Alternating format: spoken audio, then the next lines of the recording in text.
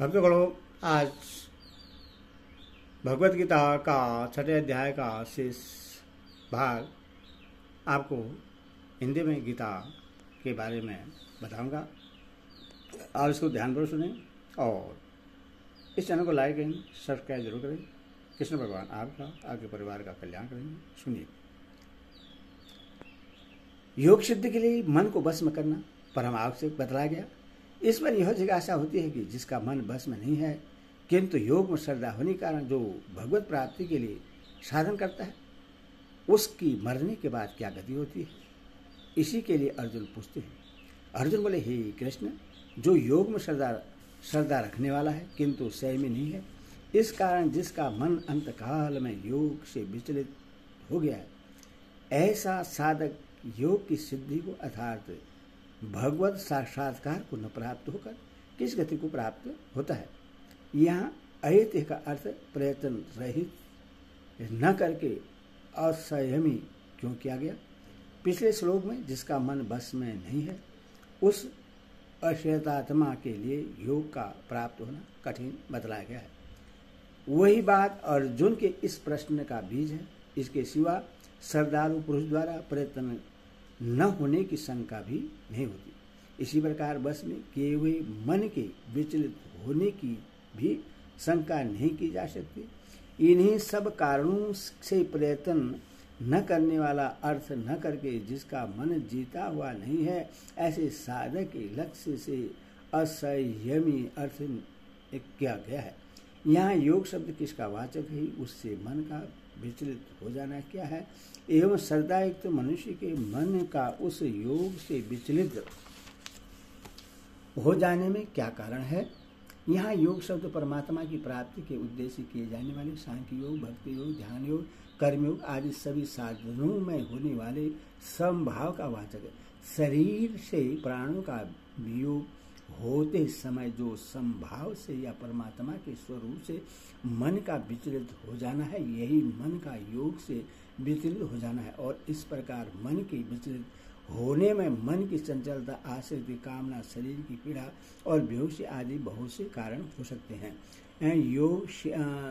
योग सिद्धिम पद क्या किस सिद्धि का वाचक है और उससे न प्राप्त होना क्या है। मन सब प्रकार के योगों के परिणाम स्वरूप संभाव का फल जो परमात्मा की प्राप्ति है, उसका वाचक यहाँ योग सिद्धिम पद है तथा मरण काल में संभाव रूप योग से या भगवान के स्वरूप से मन के विचलित हो जाने के कारण परमात्मा का साक्षात्कार न होना ही उससे प्राप्त न होना है। यहाँ योग से विचलित होने का अर्थ मृत्यु के समय समता से विचलित हो जाना न मानकर यदि अर्जुन के प्रश्न का यह अभिप्राय मान लिया जाए कि जो साधक कर्मयोग, ध्यान योग आदि का साधन करते करते ही उस साधन को छोड़कर विषय भोगों में लग जाता है, उसकी क्या गति होती है, तो क्या हानि है। अर्जुन के प्रश्न का उत्तर देते समय भगवान ने मरने के बाद की गति का वर्णन किया है और उस साधक के दूसरे जन्म की ही बात कही है। इससे यह स्पष्ट हो जाता है कि यहाँ अर्जुन का प्रश्न मृत्यु काल के संबंध में ही है। इसके सिवा गति शब्द भी प्राय मरने के बाद होने वाले परिणाम का ही सूचक है। इससे भी यहाँ अंतकाल का प्रकरण मानना उचित जान पड़ता है। हे महाभाव, क्या वह भगवत प्राप्ति के मार्ग में मोहित और आश्रय युक्त पुरुष छिन्न भिन्न बादल के भांति दोनों ओर से भ्रष्ट होकर नष्ट तो नहीं हो जाता। भगवत प्राप्ति के मार्ग में मोहित होना एवं आश्रय रहित होना क्या है। मन की चंचल तथा विवेक और वैराग्य की कमी के कारण भगवत प्राप्ति के साधन से मन का विचलित हो जाना और फलतः परमात्मा की प्राप्ति न होना तथा फल की कामना का त्याग कर देने के कारण शुभ कर्म के फलस्वरूप स्वर्गादि लोगों का न मिलना ही पर पुरुष का भगवत प्राप्ति के मार्ग में मोहित और आश्रयरहित होना है। छिन्न भिन्न बादल की भांति उभय भ्रष्ट होकर नष्ट हो जाने का क्या भाव है। यहाँ अर्जुन का अभिप्राय यह है कि जीवन भर फलेच्छा का त्याग कर कर्म करने से स्वर्गादि भोग तो उससे मिलते नहीं और अंत समय में परमात्मा की प्राप्ति के साधन से मन विचलित हो जाने के कारण भगवत प्राप्ति भी नहीं होती। अतः जैसे बादल का एक टुकड़ा उससे पृथक होकर पुनः दूसरे बादल से संयुक्त न होने पर नष्ट भ्रष्ट हो जाता है, वैसे वह साधक स्वर्ग आदि लोक और परमात्मा दोनों की प्राप्ति से वंचित होकर नष्ट तो नहीं हो जाता, यानी उसका कहीं अधोगति तो नहीं होती। इस प्रकार शंका उपस्थित करने पर अब अर्जुन उसकी निवृत्ति के लिए भगवान से प्रार्थना करते हैं। हे श्री कृष्ण, मेरे इस शेष को संपूर्ण रूप से छेदन करने के लिए आप योग्य हैं, क्योंकि आपके सिवा दूसरा इस शेष का छेदन करने वाला मिलना असंभव नहीं है। अर्जुन के इस कथन का स्पष्टीकरण कीजिए। यहाँ अर्जुन मृत्यु के बाद की गति जानना चाहते हैं। यह एक ऐसा रहस्य है जिसका उद्घाटन बुद्धि और तर्क के बल पर कोई नहीं कर सकता। इसको वही जान सकते हैं जो कर्म के समस्त परिणाम, सृष्टि के संपूर्ण नियम और समस्त लोगों के रहस्य से पूर्ण परिचित हों। लोग लोकांतर में देवता सर्वत्र विचरण करने की सामर्थ्य वाले ऋषि मुनि और तपस्वी तथा विभिन्न लोगों की घटनावलियों को देख और जान सकने की सामर्थ्य वाले योगी किसी अंश तक इन बातों को जानते हैं, परंतु उनका ज्ञान भी सीमित ही होता है।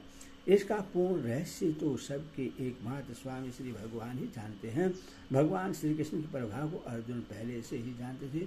फिर भगवान ने अभी अभी जो चौथे अध्याय में अपने को जन्मों के जानने वाले अजन्मा अविनाशी तथा सब प्राणियों के ईश्वर गुणा कर्मानुसार सबके रचयिता और 5वें अध्याय के अंत में सब अब लोगों के महान ईश्वर बतलाए। इससे भगवान श्री कृष्ण के परमेश्वर तत्व में अर्जुन का विश्वास और भी बढ़ गया। इसी से वे यह कहकर कि आपके सिवा मुझे दूसरा कोई नहीं मिल सकता जो मेरे शेष को पूर्ण रूप से नष्ट कर सके, इस संदेह का समूल नाश करने के लिए तो आप ही योग्य हैं। भगवान में अपना विश्वास प्रकट करते हुए प्रार्थना कर रहे हैं कि आप सर्वयामी, सर्वज्ञ, सर्वशक्तिमान, संपूर्ण मर्यादाओं के निर्माता, नियंत्रणकर्ता साक्षात परमेश्वर हैं। अनंत कोटि ब्रह्मांडों के अनंत जीवों की समस्त गतियों के रहस्य का आपको पूरा पता है और समस्त लोकांतरों की त्रिकाल में होने वाली समस्त घटनाएं आपके लिए सदा ही प्रत्यक्ष हैं। ऐसी अवस्था में योग भ्रष्ट पुरुषों की गति का वर्णन करना आपके लिए बहुत ही आसान बात है। जब आप स्वयं यहाँ उपस्थित हैं तो मैं और किससे पूछूं, और वस्तुतः आपके सिवा इस रहस्य को दूसरा बतला ही कौन सकता है। अतएव कृपा पूर्वक आप ही इस रहस्य को खोलकर मेरे शेष जाल का छेदन कीजिए। अर्जुन ने यह बात पूछी थी कि वह योग से विचलित हुआ साधक उभय भ्रष्ट होकर नष्ट तो नहीं हो जाता। भगवान अब उसका उत्तर देते हैं। ये श्री भगवान बोले, हे पार्थ, जो पुरुष न तो इस लोक में नाश होता है और न परलोक में, क्योंकि हे प्यारे, आत्मोद्धार के लिए अर्थात भगवत प्राप्ति के लिए कर्म करने वाला कोई भी मनुष्य दुर्गति को प्राप्त नहीं होता। योग से विचलित हुए साधक का इस लोक और परलोक में कहीं भी नाश नहीं होता। इस कथन का क्या अभिप्राय है? वर्तमान स्थिति से पतन हो जाना ही नष्ट होना है। अथवा मरने के बाद यदि उसका जन्म इस मनुष्य लोक में होता है तो यहाँ भी उसका पहले की स्थिति से पतन नहीं होता, उत्थान होता है। और यदि स्वर्ग आदि अन्य लोगों में जन्म होता है तो वहाँ भी पतन नहीं होता, उत्थान ही होता है। इस कारण उसका इस लोक में या परलोक में कहीं भी विनाश नहीं होता है। वह जहाँ रहता है वहाँ परमात्मा के मार्ग में आगे ही बढ़ता रहता है। इससे भगवान ने अर्जुन के उभय भ्रष्ट विषयक आशंका का संशय में उत्तर दिया है।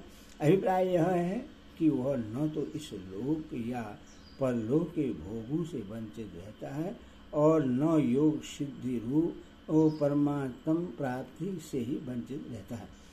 ही अव्यक्त यहाँ किस अर्थ में है और उसके साथ यह कहने का कि कल्याण के लिए साधन करने वाले किसी भी मनुष्य की दुर्गति नहीं होती, क्या अभिप्राय है? हे अव्यय यहाँ हेतुवाचक ही और इसके सहित उपयुक्त कथन से भगवान ने साधकों को यह आश्वासन दिया है कि जो साधक अपनी शक्ति के अनुसार श्रद्धापूर्वक कल्याण का साधन करता है, उसकी किसी भी कारण से कभी शुकर पुकर कीट पतंग आदि नीच योनि की प्राप्ति रूप या कुंभिपाक आदि नरकों की प्राप्ति रूप दुर्गति नहीं हो सकती। भगवत प्राप्ति के लिए कर्म करने वाला कोई भी पुरुष दुर्गति को प्राप्त नहीं होता, ऐसा कहा गया है। किंतु यह क्यों कर संभव है?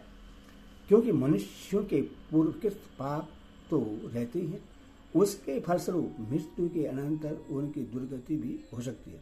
पूर्वकृत पाप रहते हुए भी भगवत प्राप्ति के लिए अर्थात आत्मोद्धार के लिए कर्म करने वाले किसी की भी दुर्गति नहीं होती, यह ठीक ही है। मान लीजिए कि एक पुरुष ऋणी है, उसको किसी के रुपये देने हैं, परंतु वह बेईमान नहीं है, उसके पास जो कुछ था उसने सर्वस्व अपने महाजन को दे दिया है और जो कुछ भी कमाता है उससे भी शुद्ध नियत से देता आ रहा है और देना चाहता है। ऐसी अवस्था में दयालु महाजन ने उससे कैद नहीं करवाता, जबकि जब तक उसकी नियत ठीक रहती है उससे अवकाश देता है। इसी प्रकार भगवान भी भगवत प्राप्ति के लिए साधन करने वाले पुरुष की शुद्ध भावना देकर उसके पापों के फल को रोककर उससे साधन करके सब बंधनों से छूटने का मौका देते हैं। जब साधारण महाजन ही ऋणी को ऋण चुकाने के लिए अवसर देते हैं, तब परम दयालु भगवान साधक को ऐसा अवसर दे, इसमें आश्चर्य क्या है? राजा भरत तो आत्मोद्धार के लिए ही साधन करते थे, तो भी उनको मरण के अनंतर ऋणी की योनि प्राप्त हुई। ऐसी बात पुराणों में सुनी जाती है। अतः यदि ऐसा नियम है कि कल्याण के लिए साधन करने वालों की मरण के अनंतर दुर्गति नहीं होती, तो भरत की कैसे हुई? भरत बहुत अच्छे साधक थे, इसमें संदेह नहीं, परंतु दया के कारण मोहवश एक हिरण के बच्चे में उनकी आसक्ति और ममता हो गई। अतः अंतकाल में उनका लक्ष्य छूट गया और हिरण के बच्चे का चिंतन बना रहा, इसीलिए उन्हें हिरणी की योनि प्राप्त हुई। क्योंकि अंतकाल में जिसका चिंतन रहता है उसे मनुष्य अवश्य प्राप्त होता है। यह प्रबल नियम है, उसका परिणाम भी होना ही चाहिए। परंतु भरत को पशु योनि प्राप्त होने पर भी वह दुर्गति नहीं समझी जाती, क्योंकि पशु योनि में भी उन्हें पूर्व जन्म का स्मरण बना रहा और वे मोह आसक्ति छोड़कर अच्छे अच्छे साधकों के समान परम विवेक से युक्त रहे और सूखे पत्ते खाते हुए स्वयं पूर्व पवित्र जीवन बिताकर दूसरे ही जन्म में ब्राह्मण का शरीर प्राप्त करके पूर्वाभ्यास के बल से शीघ्र ही परम गति को प्राप्त हो गए। इससे उपयुक्त सिद्धांत में कोई बाधा नहीं आती। इस इतिहास से तो यह शिक्षा ग्रहण करनी चाहिए कि भगवान भगवत प्राप्ति का लक्ष्य कभी न छोड़ने पावे। संसार में ऐसे बहुत से मनुष्य देखे जाते हैं जो कल्याण के लिए सत्संग और भजन ध्यानादि साधन भी करते हैं और उनके द्वारा पाप कर्म भी होते हैं। उनकी क्या गति होती है? उनकी भी दुर्गति नहीं होती, क्योंकि जिनकी शास्त्रों में और महापुरुषों में श्रद्धा होती है उन्हें इस बात पर पूर्ण विश्वास हो जाता है कि पापों के फलस्वरूप भयानक दुखों की ओर घोर नरक यंत्रणाओं की प्राप्ति होती है। इसीलिए वे स्वभाव दोष से होने वाले पापों से भी बचने की चेष्टा करते रहते हैं। साथ ही साथ भजन ध्यान का अभ्यास चालू रहने से उनके अंतकरण की भी शुद्धि होती चली जाती है। ऐसी अवस्था में उनके द्वारा जानबूझकर पाप किए जाने का कोई खास कारण नहीं रह जाता। अतएव स्वभावश यदि कोई पापाचारी होते हैं तो सत्संग और भजन ध्यान के प्रभाव से वे भी पापाचरण से छूटकर शीघ्र ही धर्मात्मा बन जाते हैं। उनका कर्मश उत्थान हो जाता है, पतन नहीं हो सकता। तात संबोधन का क्या अभिप्राय है? तात संबोधन देकर भगवान ने यहाँ अर्जुन को यह आश्वासन दिया है कि तुम मेरे परम प्रिय सखा और भक्त हो, फिर तुम्हें किस बात का डर है? जब मेरी प्राप्ति के लिए साधन करने वालों की भी दुर्गति नहीं होती, उससे उत्तम गति ही प्राप्त होती है, तब तुम्हारे लिए तो कहना ही क्या है। योग भ्रष्ट पुरुषों की दुर्गति नहीं होती, फिर उसकी क्या गति होती है, यह जानने की इच्छा होने पर भगवान कहते हैं, योग भ्रष्ट पुरुष पुण्यवानों के लोग को अर्थात स्वर्गादि उत्तम लोगों को प्राप्त होकर उनमें बहुत वर्षों तक निवास करके फिर शुद्ध आचरण वाले श्रीमान पुरुषों के घर में जन्म लेता है। योग भ्रष्ट किससे कहते हैं? ज्ञान योग, भक्ति योग, ध्यान योग और कर्म योग आदि का साधन करने वाले जिस पुरुष का मन विक्षेप आदि दोषों से या विषयासक्ति अथवा रोग आदि के कारण अंतकाल के काल में लक्ष्य से विचलित हो जाता है, उससे योग भ्रष्ट कहते हैं। यहाँ कहा गया है कि योग भ्रष्ट पुरुष पुण्यवानी के लोगों को प्राप्त होता है और श्रीमानों के घर में जन्म लेता है। इससे यह स्पष्ट हो गया है कि नरकादि लोगों को और निज योनियों को तो नहीं प्राप्त होता, परंतु पुण्यवानों के स्वर्गादि लोगों में तथा धन्यों के घरों में भोगों की अधिकता होती है। इसी कारण भोगों में आसक्त होकर भोगों की प्राप्ति के लिए आगे चलकर उसका पाप कर्मों में निवृत्त होना तो संभव ही है, और यदि ऐसा हो सकता है तो ये दोनों गतियां परिणाम उसके पतन में ही हेतु होती हैं। इसीलिए पकरांत से यह भी दुर्गति ही है। हरि ओम तत्सत।